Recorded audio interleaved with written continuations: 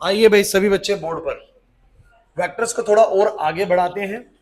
और थोड़ा सा मैं एक रिकैप दूंगा 5 मिनट का, लेकिन समझ उसी को आएगा जिसने पढ़ा हुआ है। जिसने नहीं पढ़ा हुआ उसको समझ कहानी कम ही आने वाली है। देखिए 5 मिनट में पूरी चीज़ तो पल्ले पड़ेगी नहीं। तो भैया ऐसी बात है कि हमारे आसपास जितनी भी फिजिकल क्वांटिटीज़ हैं, फिजिकल क्वांटिटीज़ मैंने आपको बताई थी। फिजिकल वर्ल्ड को समझने के लिए हमने बहुत सारे पैरामीटर्स बनाए। Mass, temperature, density, volume, force, velocity, ये सब बनाए। इनमें से कुछ को स्केलर क्वांटिटीज कहा और कुछ को वेक्टर क्वांटिटी कहा। स्केलर उनको कहा कि जिनके पास सिर्फ मैग्नीट्यूड होता है, डायरेक्शन जैसा कुछ भी नहीं होता, डायरेक्शन का मतलब ही नहीं होता उनके साथ रिलेट करने का, उन सबको स्केलर कहा जाता है। जैसे कि मैंने बोला मेरा मास 70 kg है, अभी किसी डायरेक्शन में नहीं होगा, सिर्फ 70 kg है, इसका सिर्फ मैग्नीट्यूड होता है।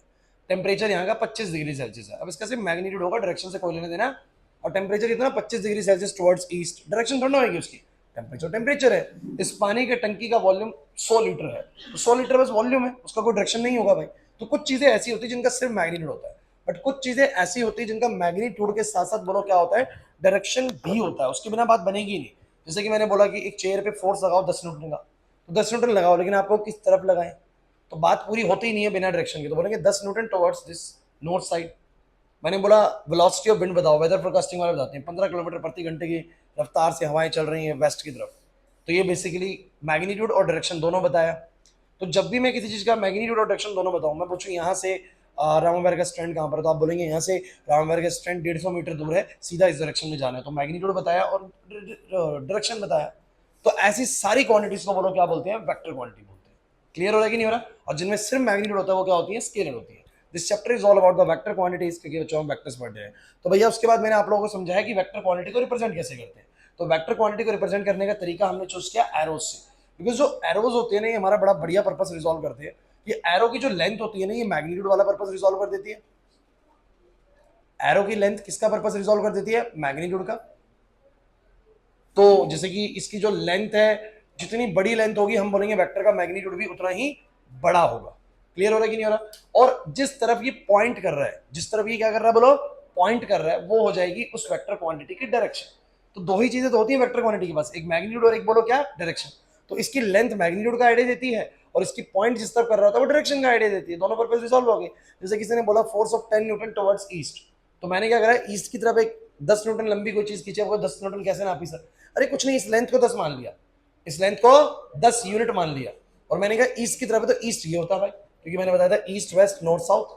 लेकिन जैसे ही को बोलेगा force of 20 Newton towards east, तो मैं लेंथ को बड़ा कर दूंगा, क्योंकि अगर ये 10 है तो 20 वाला इससे क्या होगा बोलो, बड़ा होगा। तो वेक्टर अपने आप दिख जाएगा, ये ज्यादा बड़ा फोर्स है ईस्ट की तरफ ही। फिर मैंने बोला force of 10 Newton towards north, तो एरो इतना ही बड़ा बनेगा क्योंकि 10 न्यूटन का ही है, लेकिन नॉर्थ की तरफ है तो ऊपर की तरफ हो जाएगा।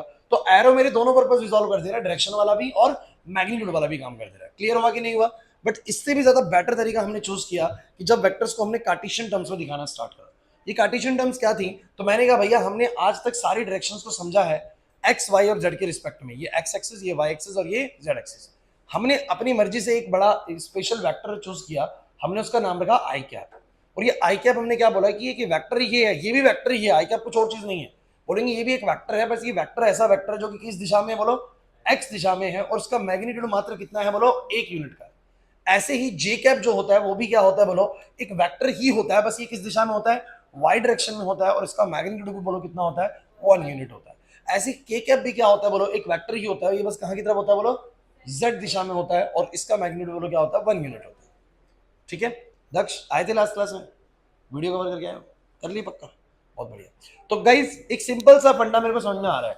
अगर मैं तुमसे बोलूं कि मेरे पास एक वेक्टर आई कैप है, तुम क्या समझोगे? तुम कहोगे एक वेक्टर है इस दिशा में और 1 यूनिट लंबा है, तो मैग्नीट्यूड भी पता है और डायरेक्शन भी पता है। मैंने बोला जे कैप है, तो मैग्नीट्यूड भी पता है 1 यूनिट है, और कहां की तरफ है बोलो, वाई की तरफ है। तो इनके मैग्नीट्यूड हमने याद कर लिया कि तीनों वेक्टर्स के मैग्नीट्यूड बोलो कितने हैं, 1, और इनका जो डायरेक्शन है वो भी मैंने याद कर लिया। समझ में आ रहा है कि नहीं आ रहा? और इन्हीं के रिस्पेक्ट में बाकी सब वेक्टर्स को लिखना स्टार्ट कर दिया।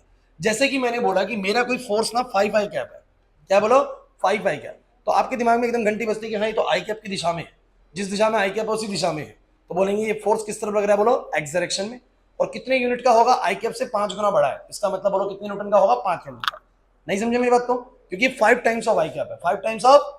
तो मैंने आपको ये बात सिखाई थी कि अगर मैं किसी वेक्टर को, जैसे कि मेरे पास ये एक ए वेक्टर है, और मैं इसको 2 से गुना कर दूं, तो दुगना वाला वेक्टर बस इससे दुगना बड़ा होगा, तिगना वाला इससे बस तिगना बड़ा होगा। तो मैं जब बोलता हूं कि आई कैप तो एक्स डायरेक्शन में है और 1 यूनिट का है, तो 5 आई कैप एक्स डायरेक्शन में ही होगा, लेकिन 5 यूनिट लंबा होगा। कितने यूनिट लंबा बोला? 5। अरे नहीं आया समझ में।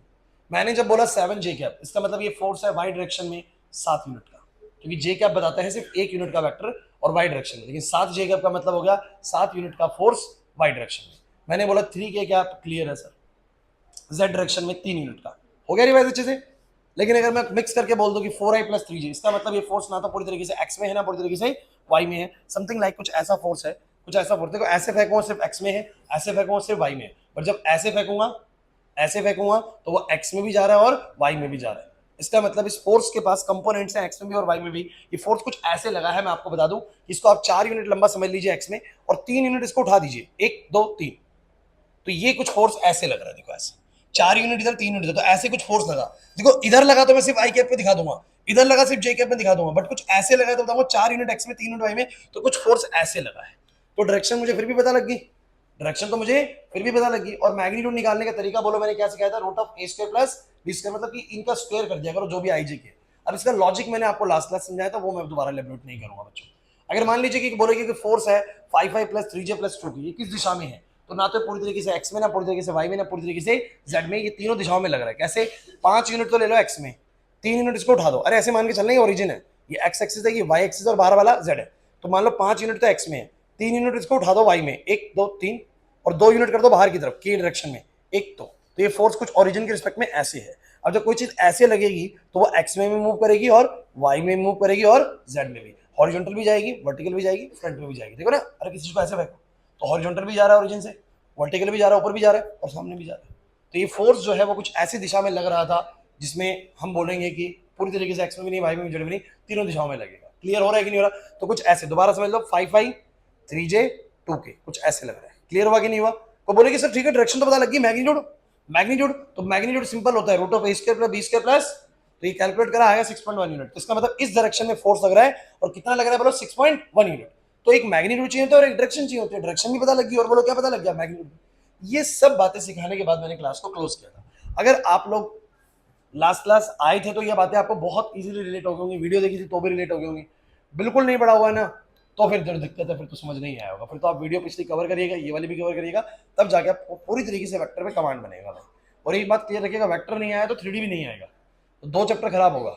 जिसे बोलते हैं ना, इंटीग्रेशन नहीं आया तो AOI भी नहीं आएगा, डिफरेंशियल भी नहीं आएगा। ये भाई बंधु चैप्टर है सारे के सारे। तो इंटीग्रेशन आता है उसी को AOI आता है, उसी को डिफरेंशियल आता है। वैसे ही जिसको वेक्टर आता है उसी को 3D समझ में आता है, जिसको डिफरेंशिएशन आता है उसी को AOD समझ में आता है। तो ये कुछ कुछ जोड़े में बने हुए चैप्टर से, तो वेक्टर नहीं आया तो 3D भी नहीं आएगा। तो वेक्टर यहाँ तक का सबको क्लियर हो गया? अच्छा, मुझे कुछ बातों के डिफरेंसेस आप लोग मुझे बता दीजिए। जब मैं बोलता हूँ कि आई कैप है तो आई कैप यहाँ पर है, जब मैं बोलूँ माइनस आई कैप है तो वो कहाँ पर है? तो जैसे कि ये वाई डायरेक्शन है, ये एक्स डायरेक्शन है, और ये वाला नेगेटिव एक्स होएगा। और बच्चों, तो अगर आई कैप इस तरफ है तो माइनस आई कैप किस तरफ है बोलो? इस तरफ है। जे कैप ऊपर है तो माइनस जे कैप, के कैप बाहर है तो माइनस के कैप अंदर की तरफ, सबका स्वाभाविक है। और मैं बोलूं कि मेरे पास आई कैप ऐसा है, सॉरी आई कैप ऐसा है, तो 2i कैप क्या होगा? इससे दुगना 3i कैप क्या होगा? तो मैं इससे कुछ चीजें सीख रहा हूं, ध्यान समझिएगा। और जब मैं बोलूंगा माइनस आई कैप, तो माइनस आई कैप उल्टी दिशा में हो जाएगा, माइनस आई कैप उल्टी दिशा में हो जाएगा, माइनस 2i कैप उल्टी दिशा में ऐसा हो जाएगा। बोलो एग्री करते हो कि नहीं करते? इससे मुझे क्या समझ में आ रहा है इनको देख के? आप जब भी किसी वेक्टर को किसी नंबर से मल्टीप्लाई करते हो, 2 से 3 से 4 से, क्या उसका डायरेक्शन चेंज होता है? आई कैप को 2 से मल्टीप्लाई करा, डायरेक्शन चेंज हुआ क्या? एक्स में है। 3 से करा, डायरेक्शन चेंज हुआ क्या? नहीं सर। माइनस से मल्टीप्लाई करूंगा, डायरेक्शन चेंज हो जाएगा। बस माइनस से मल्टीप्लाई करने में वो अपोजिट डायरेक्शन में हो जाएगा। क्लियर हो रहा है कि नहीं हो रहा? ऐसे के बजाय ऐसा हो जाएगा। क्लियर होता है कि नहीं होता? तो जब भी मैं किसी वेक्टर को किसी नंबर से मल्टीप्लाई करता हूँ, या तो वो उसी डायरेक्शन में रहेगा, या उसके बोलो क्या हो जाएगा? अपोजिट।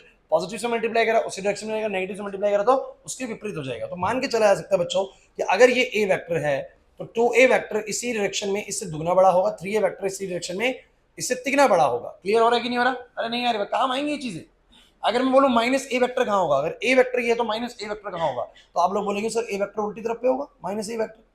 माइनस का 2a वेक्टर कैसा होगा सर? माइनस का 2a वेक्टर और उल्टा होगा सर, तो उल्टी दिशा में होगा, 2 यूनिट लंबा होगा। माइनस का 3a वेक्टर 3 गुना बड़ा होगा उल्टी दिशा में। क्लियर हो रहा है कि नहीं हो रहा? नहीं आ रहा समझ में? पक्का? चलिए अब आगे बढ़ते हैं बच्चों, इस चीज को हम आगे चलाते हैं, और मैं कुछ चीजें और आप लोगों से बात कर लेता हूं बच्चों।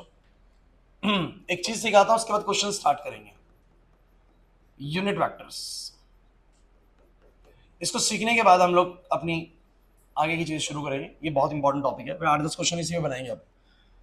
सो गाइज मुझे एक बात बताओ, अच्छा यार एक पहले ये वाली चीज मुझे बताओ, अगर मेरे पास एक वेक्टर दिया हुआ है A vector something A i cap plus B j cap plus C k cap, so we have a magnitude of this vector ना, कैसे निकालोगे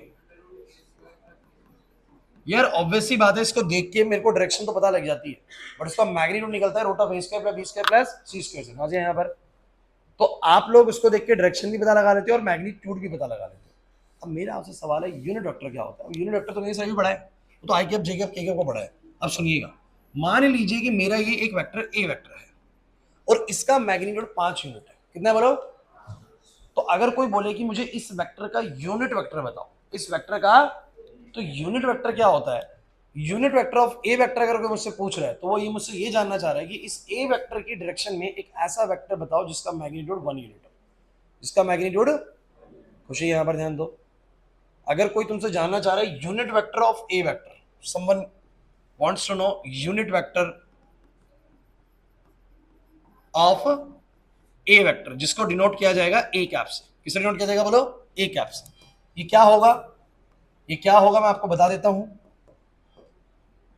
इट इज अ, इसको चाहे तुम कंफ्यूजन दूर करने के लिए हटा सकते हो, unit vector of a vector. So बोलेंगे it is a vector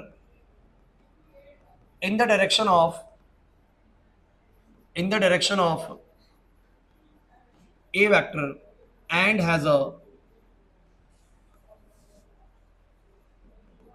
magnitude of 1 unit। मतलब किसको यूनिट वेक्टर कहा जाता है? दोबारा सुन लीजिए, अगर कोई बोले कि मुझे इस ए वेक्टर का यूनिट वेक्टर बताओ, तो इसका मतलब वो ये जानना चाहता है कि इसी ए वेक्टर की डायरेक्शन में एक वेक्टर होगा जो कि इससे कितना होगा भाई, क्लास सुन लीजिए, इसी वेक्टर की दिशा में एक वेक्टर होगा जिसका मैग्नीट्यूड बोलो कितना होगा, बोलो 1 यूनिट होगी यही दिशा, तो उसको बोलो क्या बोलूंगा मैं? A cap. क्या बोलूंगा उसको? A cap. समझो मेरी बात? तो वो मैं कैसे निकालूं? अब जरा एक सिंपल सी चीज है, जब तुम वेक्टर्स को मल्टीप्लाई करते हो, जब तुम वेक्टर्स को मल्टीप्लाई करते हो तो बड़े हो जाते हैं, डिवाइड करोगे तो क्या हो जाएंगे? छोटे हो जाएंगे।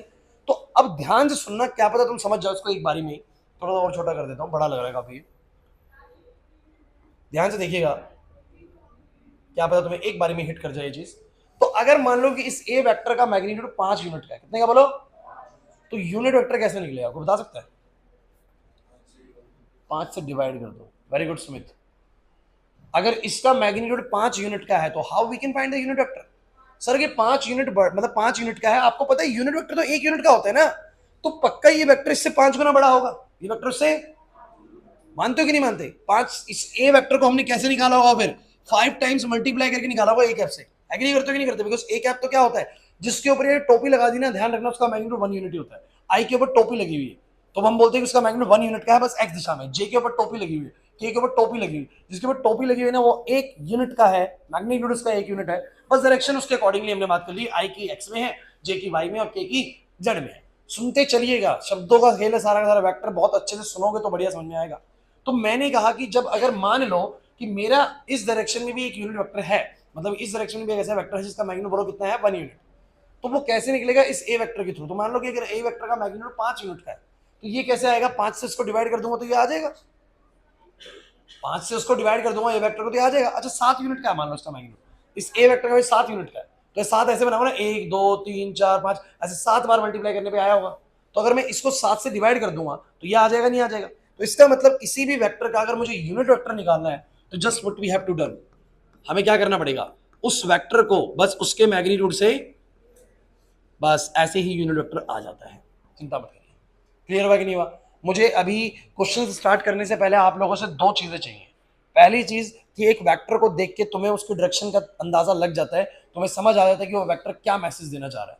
When someone says you कि एक वेक्टर है 5 5 + 3 = 2k, तो वैसे पेपर में कोई नहीं पूछने वाला, लेकिन मैं चाहता हूं खुद से कि आप लोगों को इसका मतलब बताओ। तो मतलब पता है इसका? दूसरी चीज, क्या तुम्हें वेक्टर का मैग्नीट्यूड निकालना आता है? क्योंकि तुम्हें इसको देखिए, अगर डायरेक्शन पता है कि 5 इधर 3 इधर 2 इधर, तो ऐसे कुछ है सर, ये डायरेक्शन उसकी नेट। अगर ये तुम्हें डायरेक्शन पता है और उसका मैग्नीट्यूड निकालने का तुम्हें फॉर्मूला पता है, तो मैं तुम्हें मानूंगा 2 चीजें तुम्हें क्लियर होगी, एक डायरेक्शन और एक बोलो क्या? मैग्नीट्यूड। तीसरी चीज जो तुम्हें आनी चाहिए बस अभी समझने के लिए, वो है यूनिट वेक्टर। क्या है बोलो? अगर किसी भी वेक्टर का यूनिट वेक्टर बताना तो क्या होगा? आपको उसी डायरेक्शन में एक ऐसा वेक्टर बताना होता है जिसका मैग्नीट्यूड बोलो कितना हो 1 यूनिट। और वो कैसे निकलेगा, तो जिस भी वेक्टर की आप बात कर रहे हो अगर उसको उसके मैग्नीट्यूड से डिवाइड कर दोगे तो वो क्या आ जाएगा बोलो, उसका यूनिट वेक्टर आ जाएगा। क्या आ जाएगा, यूनिट वेक्टर। क्लियर है कि नहीं। जैसे कोई तुम्हें बोलो कि मेरा तो एक वेक्टर 5 i कैप है, 5 i कैप है, तो इस डायरेक्शन में कोई यूनिट वेक्टर बताओ 5 i कैप में, तो इस डायरेक्शन में i कैप ही होता है। कौन होता है बोलो, i कैप ही होता है इस डायरेक्शन में। 5 i कैप मतलब x डायरेक्शन है भाई। अरे यार, तो अगर मैं 5 i कैप को उसके मैग्नीट्यूड यानी 5 से डिवाइड कर दूं तो आ जाएगा i cap.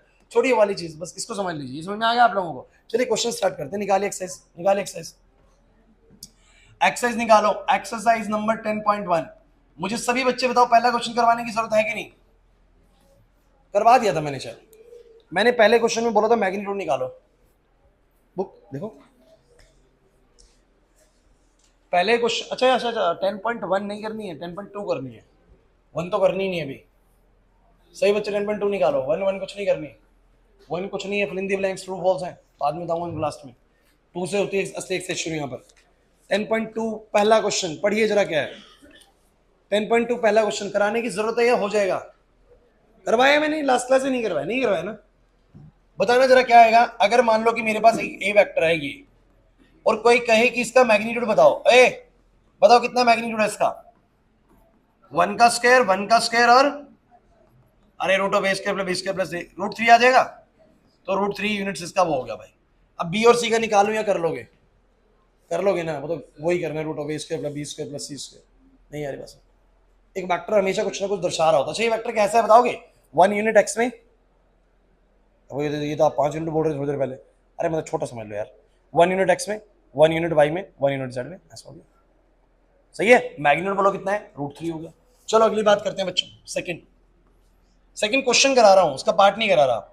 Right the 2 different vectors having the same magnitude. ऐसे 2 वेक्टर्स बताओ जिनका मैग्नीट्यूड सेम होगा। ऐसे 2 वेक्टर्स जिनका मैग्नीट्यूड, अब जरा इधर देखना भाई, मैग्नीट्यूड सेम हो, डायरेक्शन सेम होनी जरूरी नहीं है। चलो एक ये वेक्टर हो गया जो मैं बता रहा था थोड़ी देर पहले। अरे ले वाला बना देते ना। अगर मैं आगे पीछे कर दूं इनको तो डायरेक्शन चेंज होगी कि नहीं होगी। अरे नहीं हुई भाई। एक 5 यूनिट इधर, 3 यूनिट उठेगा, 2 यूनिट बाहर जाएगा। एक जाएगा 3 यूनिट इधर, 2 यूनिट उठेगा, 5 यूनिट बाहर जाएगा। तो डायरेक्शन अलग है, लेकिन मैग्नीट्यूड निकालो एक बार। मैग्नीट्यूड निकालो।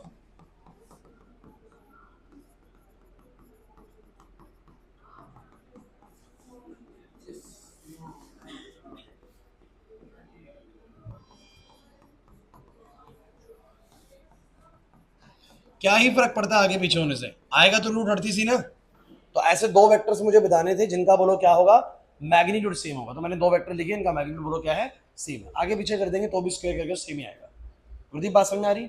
नेक्स्ट क्या क्वेश्चन है, नेक्स्ट क्वेश्चन क्या है। ऐसे 2 वेक्टर बताओ जिनका डायरेक्शन सेम होगा, जिनका डायरेक्शन सेम होगा। अब डायरेक्शन सेम होगा ऐसे कौन से वेक्टर्स हो सकते हैं।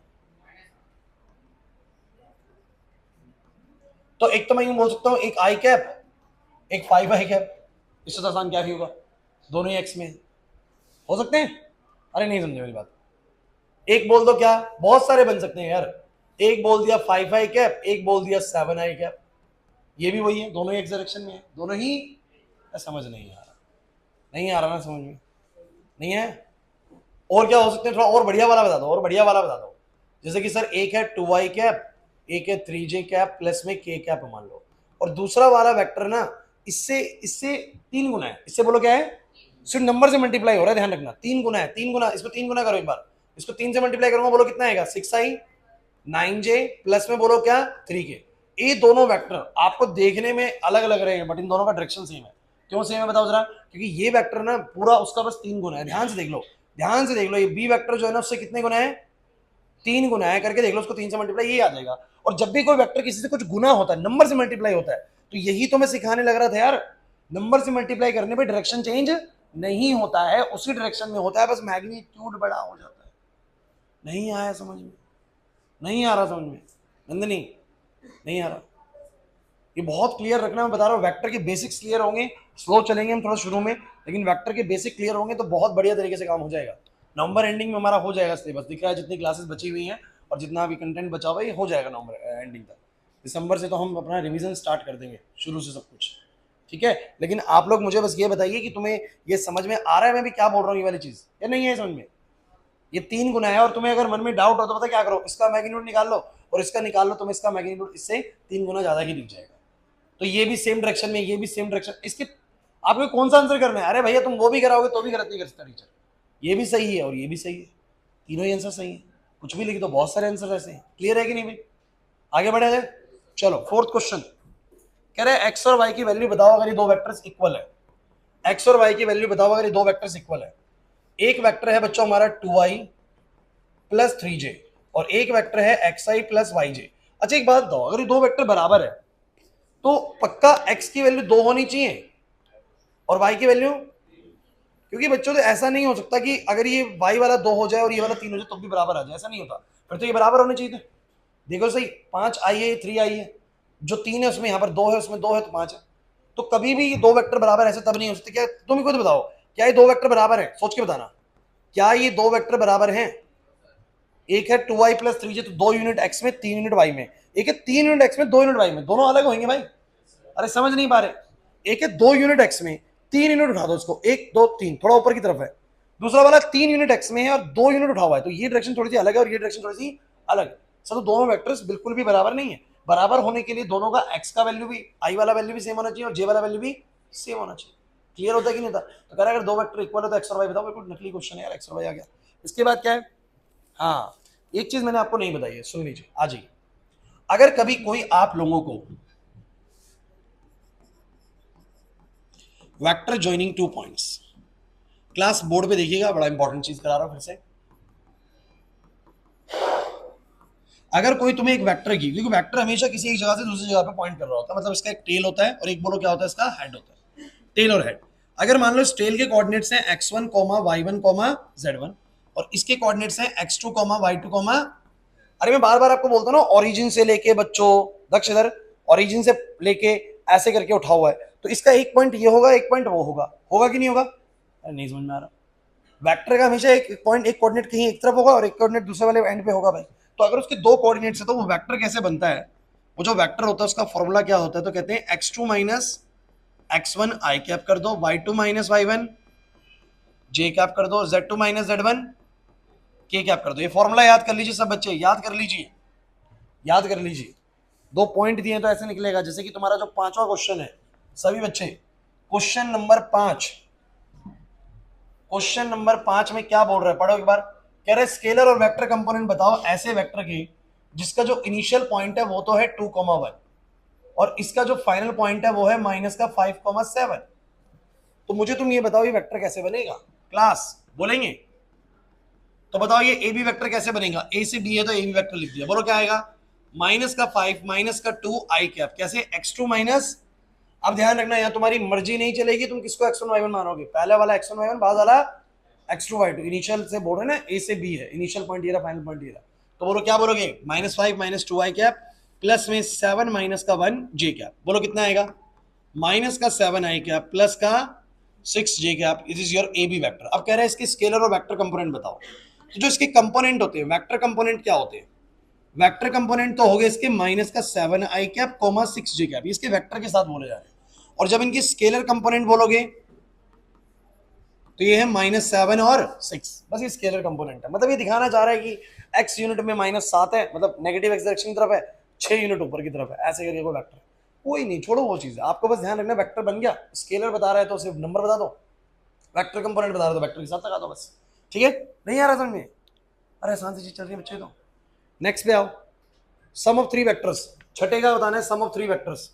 अब इन 3 वेक्टर का सम करना है भाई। जब सम करोगे तो सारे आई वाले आई से जुड़ेंगे, जे वाले जे से और के वाले तो जोड़ दो, एक बार कर लो खुद से। आई वाला आई से, जे वाला जे से, के वाला के से। छठा खुद कर लो, सभी बच्चे सुन लो, छठा खुद कर लो और 7वां खुद कर लो। मैंने क्या बोला? छठा भी खुद कर लो, 7वां भी खुद कर लो और 8वां भी खुद कर लो और 9वां भी खुद कर लो। सुनो सुनो क्लास, 2 मिनट का फिर आप लोग टाइम लेना, मैं तुम्हें बता देता हूँ। एक बार क्वेश्चन देखो सब बच्चे, कर लेना। मुझे बताओ छठे में क्या करना है? सम निकालना है, हो जाएगा। 7वें में क्या करना है? यूनिट वेक्टर बताना है। क्या बताना है बोलो? अब किसी भी वेक्टर का यूनिट वेक्टर बोलो, कैसे बताओगे? उसका यूनिट वेक्टर कैसे बताओगे? उस वेक्टर को उसके मैग्नीट्यूड से बोलो क्या कर दोगे? डिवाइड कर दोगे।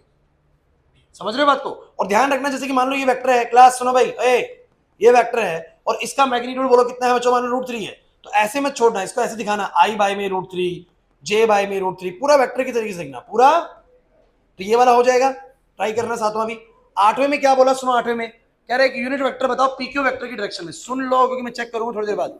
कह रहे PQ वेक्टर का यूनिट वेक्टर बताओ, PQ वेक्टर का, लेकिन उसने PQ वेक्टर नहीं दिया, उसने P पॉइंट दिया और Q पॉइंट दिया। यार एक बात बताओ, जो तुम्हें P पॉइंट और Q पॉइंट दिया हुआ है तो पहले क्या निकल जाएगा, पहले क्या निकल जाएगा, PQ वेक्टर। पहले क्या निकल जाएगा, जब PQ वेक्टर आ जाएगा तो PQ वेक्टर का बोलो क्या आएगा, यूनिट वेक्टर। कैसे आएगा बोलो जरा, इसी डायरेक्शन में एक ऐसा वेक्टर निकालूंगा जिसका मैग्नीट्यूड 1 यूनिट होगा। कैसे, जब मैं इस PQ वेक्टर को उसी के मैग्नीट्यूड से डिवाइड कर दूंगा तो बोलो क्या आ जाएगा, PQ unit vector. PQ, Gurdeep नहीं आ रही बात समझ, पक्का बताओ। अगर अगला क्वेश्चन देखो 9वां, तो उसमें उसने A वेक्टर तुम्हें दिया, B वेक्टर तुम्हें दिया और तुमसे यूनिट वेक्टर मांगा A प्लस B का। किसका बोलो, तो पहले क्या करो, पहले क्या करो, A प्लस B निकाल लो, निकल गया।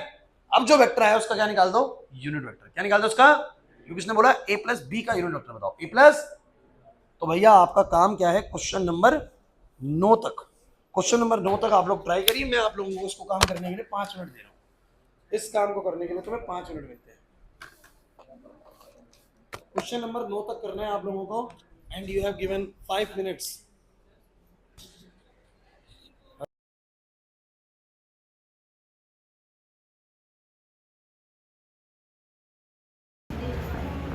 रुक जाओ, सुन सुन सुन, एकदम फ्री है ना अभी, फ्री है ना अभी?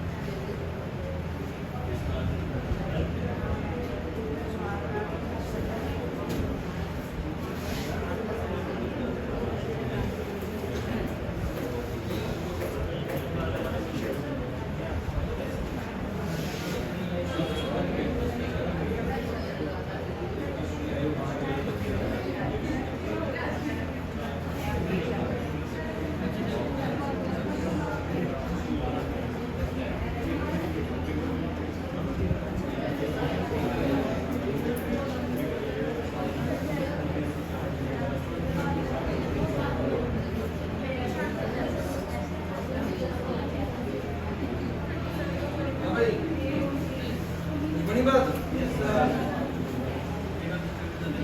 भाई, टाइम पास कर रहे हो?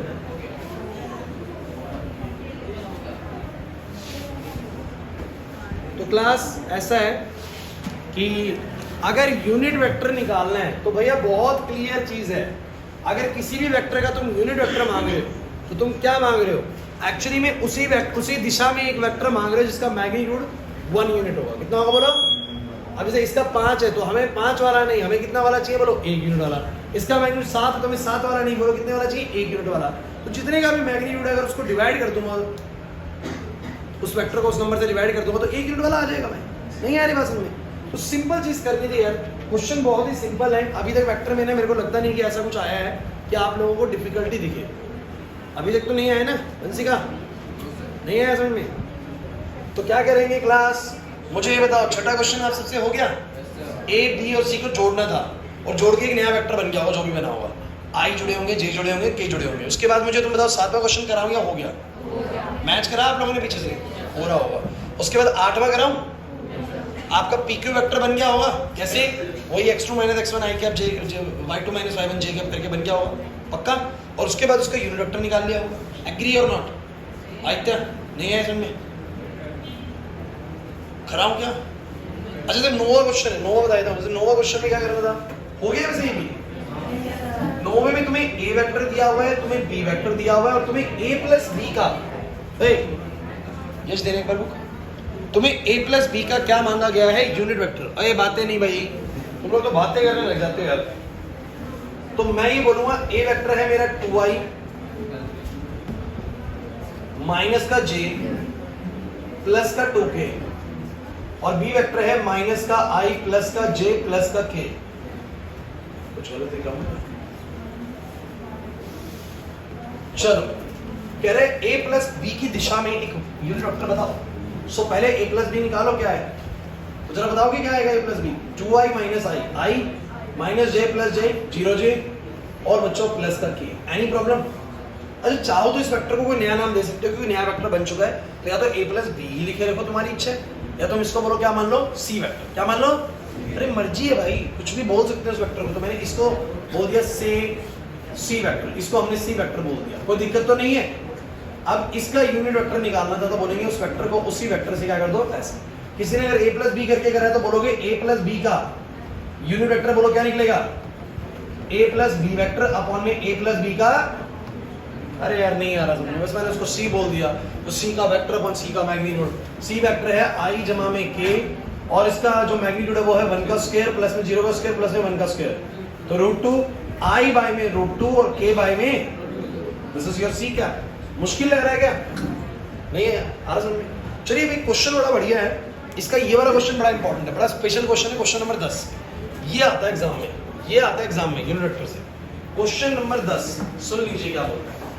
कहता है find a vector in the direction of this vector. इस वेक्टर की दिशा में एक वेक्टर निकालो। इस वेक्टर की दिशा में एक वेक्टर निकालो। इस वेक्टर को a वेक्टर मान लो, इसी की दिशा में होना चाहिए लेकिन मैग्नीट्यूड 8 यूनिट होना चाहिए। कितना होना चाहिए बोलो? कैसे करेंगे को बता सकते हैं? बहुत बढ़िया, समझ रहे हो आप लोग? मैंने बोला कि मेरे पास एक a वेक्टर तो है। अरे बच्चों बोर्ड पे ये मेरे पास ए वेक्टर तो है, तो वो कह रहे हैं एक वेक्टर बताओ जो इसी दिशा में हो। आनंद इधर, एक वेक्टर बताओ जो इसी दिशा में हो लेकिन उसका मैग्नीट्यूड 1 यूनिट नहीं 8 यूनिट होना चाहिए, मतलब 8 यूनिट होना चाहिए। क्या होना चाहिए बोलो? 8। अब यार एक बात बताओ तुम लोग, मान लो इसका 5 यूनिट हो, इसका सपोज करो इसका मैग्नीट्यूड बोलो कितना हो? 5। वो मुझे कहे कि मुझे 5 वाला नहीं, मुझे 1 वाला भी नहीं, मुझे 8 यूनिट वाला चाहिए। तो क्यों ना ऐसा करें कि पहले 1 यूनिट वाला वेक्टर निकाल लें। ए कैप कैसा होता है? इसी दिशा में होता है, बस मैग्नीट्यूड बोलो कितना होता है? 1 यूनिट। फिर मैं अगर उसको 8 से गुना कर दूंगा, किससे गुना कर दूंगा बोलो? 8 से, तो इसी दिशा में वेक्टर आएगा और कितना बड़ा आएगा बोलो? 8 यूनिट वाला है। नहीं है मेरी बात समझ में? तो मैं पहले क्या करूंगा, इसी वेक्टर की दिशा में एक वेक्टर निकालूंगा ए कैप, फिर उसको 8 से मल्टीप्लाई कर दूंगा तो मेरे को एक वेक्टर मिल जाएगा जिसका मैग्नीट्यूड 8 यूनिट होगा और वो इसी डायरेक्शन में होगा। एग्री करते हो कि नहीं करते? अरे नहीं आया समझ। सो मैं क्या बोलूंगा सब बच्चे बताओ? यूनिट वेक्टर ए कैप बोलो कितना आएगा? सब बच्चे बताओ बोलो कितना आएगा? ए वेक्टर अपॉन में ए वेक्टर का ए वेक्टर। ए कैप बताओगे? ए कैप कैसा होगा? ए कैप ऐसा होगा और मैं इसको 8 से गुना कर दूंगा तो इसी डायरेक्शन में 8 यूनिट लंबा वेक्टर आ जाएगा भैया। सो बोलो कितना आएगा सब बच्चे? 5i माइनस का j प्लस का 2k अपॉन में मैग्नीट्यूड बोलो कितना आएगा बच्चों? 25। अरे सीधा कर देता हूं मैं, माइनस उनका स्क्वायर 1 और इसका 4, बोलो कितना आएगा? √30। बच्चों बोर्ड पे ये कौन है? अरे ये कौन है? A cap. लेकिन मुझे क्या ए कैप निकालना था? नहीं, मुझे निकालना था एक वेक्टर जो कि इसी दिशा में हो 8 यूनिट का। मैंने कहा ये वेक्टर तो 1 यूनिट का मैग्नीट्यूड का है। सो बोलो क्या बोलेंगे? अ vector in a direction of a vector with magnitude of 8 units. बताओ कितना आएगा बोलो? 8 टाइम्स ऑफ ए का। 8 टाइम्स ऑफ, तो भाई 8 से गुना कर दो इसको तो बोलो कितना आ जाएगा सब बच्चे?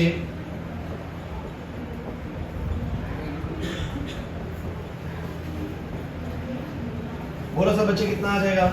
40 आई कैप बाय में √30, 8 जे कैप बाय में √30 और 16 के कैप बाय में √30। ये आ गया एक वेक्टर इस दिशा में 8 यूनिट लंबा।